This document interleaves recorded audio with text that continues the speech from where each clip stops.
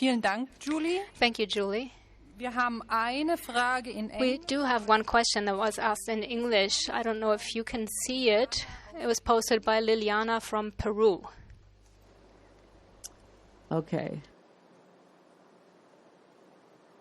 What about behavior in adults? My daughter has behavior problems. Okay. Yes.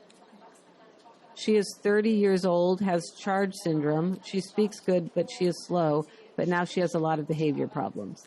Yeah, Liliana, that is really hard. And I know what a challenge behavior problems are for families raising their children, as well as the adults that support them in their lives, as well as the adults with CHARGE themselves.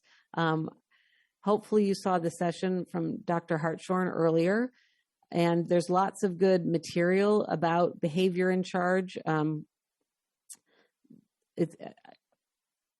There's some just fantastic learning modules, webinars, but I do think what I would be thinking a lot about is her relationships and the connection she has with people, and how the people that are interacting with her are responding to her behavior, and if they're recognizing her behavior. And the other thing to think about is what the purpose of the behavior is. So the behavior might be something that it's seeking out attention or connection, but it also could be a behavior that she's doing internally because she's trying to, there's sensory input that she needs. She's trying to connect more with her body, connect more with her vestibular or proprioceptive, her different senses, her proprioceptive sense.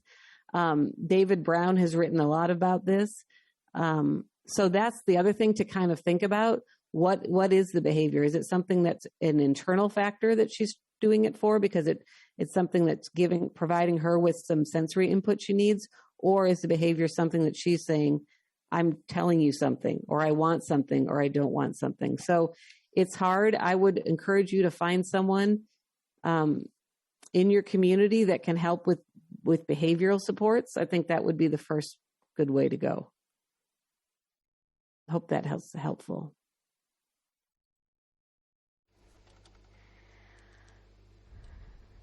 Were there any others in English, Claudia?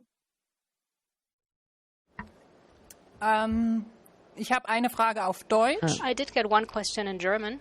Okay. Mm-hmm. And I do see one more in English, but let's do the German one first. Okay. Mhm. Die deutsche Frage? So the German question is, Mirko understands spoken language quite well. He also understands signs. When his school bag is on the stairs, he knows we're going to school today. As we're brushing teeth and using sign language, he'll go to the bathroom right away. But he'll only be pointing at objects if he wants to get them. And he'll only imitate signs when we ask them to do so. As soon as we do not understand what he's trying to communicate, he gets mad, aggressive. He's 10 years old. What else can we do to involve him in active communication, to get him to actively communicate? Okay, so with the, I wish I knew if there was sign language being used in this household. So, or I think you said there were some signs were being used. Yes. Okay. So I've known a few children with CHARGE who understood sign language receptively and were responsive to seeing someone else sign, but weren't using it themselves. So I do think that sometimes it takes time, but these children that did eventually end up using sign language were in environments where that mode of communication was being used a lot. So that's the first thing, is to make sure that let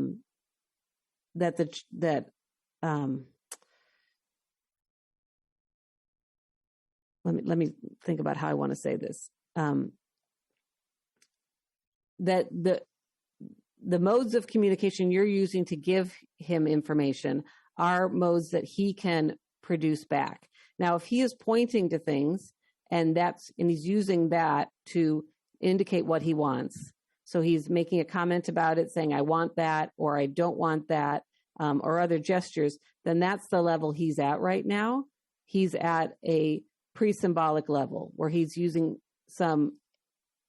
he's using intentional communication. So there's a meaning to his gestures, but there's no language to it yet. So I would just be responsive to how he's communicating, continue to keep giving him access, if he has some hearing, to spoken language as well as the signed communication you're using, and then trying to pair that communication within routines. So don't force him to use the sign bath. I don't know if it's the same in German, but bath, but use that sign a lot, and then maybe he will also start to use it. So using the signs, don't make him use it, but perhaps he will start to use it. But it would be if you want those modes of communication to also be used in his school setting. So it's best when the modes of communication are consistent across home and school. So I hope that is helpful. Again, a lot of these would be much easier if we could have a much longer conversation, like we do typically at the German conferences, but I wish you luck. I do see an English question that says, do you have experience with children with CHARGE who grew up in bilingual families? How is their language acquisition impacted? That is a fantastic question. Yes, there are many children in California who speak another language besides English and who have CHARGE syndrome, and they typically develop the language that is most present in their home. So if the home language is a different language, I've seen those children be really receptively and expressively responsive to that home language, as well as signed communication. And if at school, if the language is English, then you might see some delays in terms of them using that language. Lots of times in those schools, there's an aide or someone in the classroom that knows some Spanish that can help with that. But it's just like all kids who are English, who are learning a different language. There's more that it's in terms of brain development, it's good for kids to learn more than one language, but it takes more time, and they're going to be more fluent in one language first. And I think, again, with CHARGE, we have to think about all those other issues that I mentioned earlier, the vision, the hearing, the other sensory issues, and the delays because of early development, maybe because of medical issues, that they're just going to be a little bit behind. I think it's important in that situation to stay very connected to what the family wants. So what is most important to the family in terms of the language or the communication that they want them to use? Okay.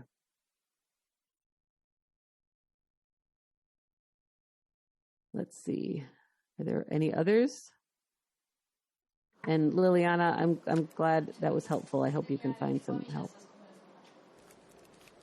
Ich hätte eine weitere deutsche Frage. I have one more question, a German one. Okay. This is about a 13-year-old boy. We are in the process of finding a communication system for this 13-year-old boy. He's in an institution, he's not at home. And so far, there are not really any possibilities. So far, we use objects that are used to represent bathing or using the vibration board, and those are location specific.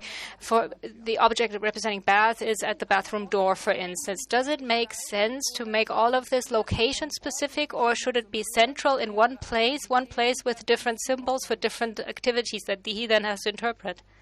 Mm-hmm.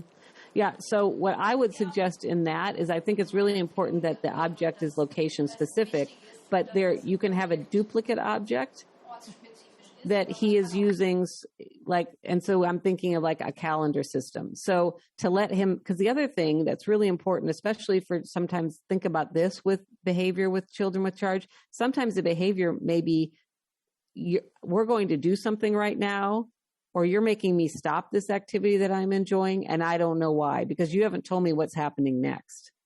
And I'm really upset about that. And I mean, again, sighted and hearing kids pick that kind of stuff up incidentally. They see mom, walking over with the bath towel and they know it's bath time. So I would have the duplicate symbol. I would have a calendar system for this particular child if he doesn't already, that represents the different activities.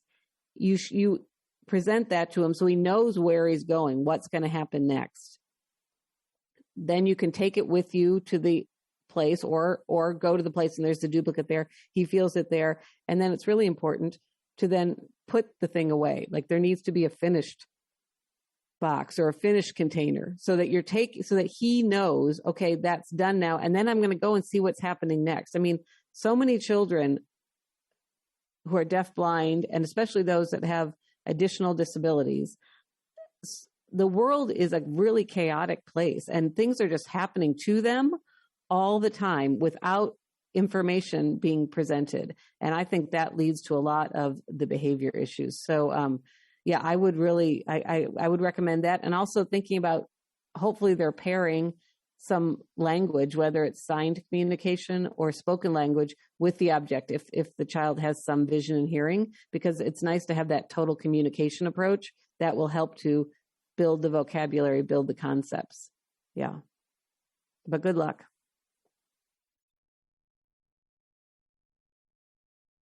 It's exciting to see all these people from so many different countries, Claudia. Wow, I'm just so impressed with this conference. Ich sehe jetzt keine weiteren I'm Fragen. not seeing any other questions. So, thank you so much, Julie. Thank you to California. It was great to have you. Great that this worked out. It was a lot of wonderful information. Thank you so much from the bottom of our hearts, and let's hope that soon we'll get to meet again in the normal way, face to face. And at this point, we'd like to conclude our conference, the first day of the conference, that is. We'll continue tomorrow, 9 a.m. German time, and tomorrow morning we'll first hear some of our young people speak. We have Caroline here, and we'll have Jonas speaking, and both of them will just talk about themselves, their lives, the things that they've experienced,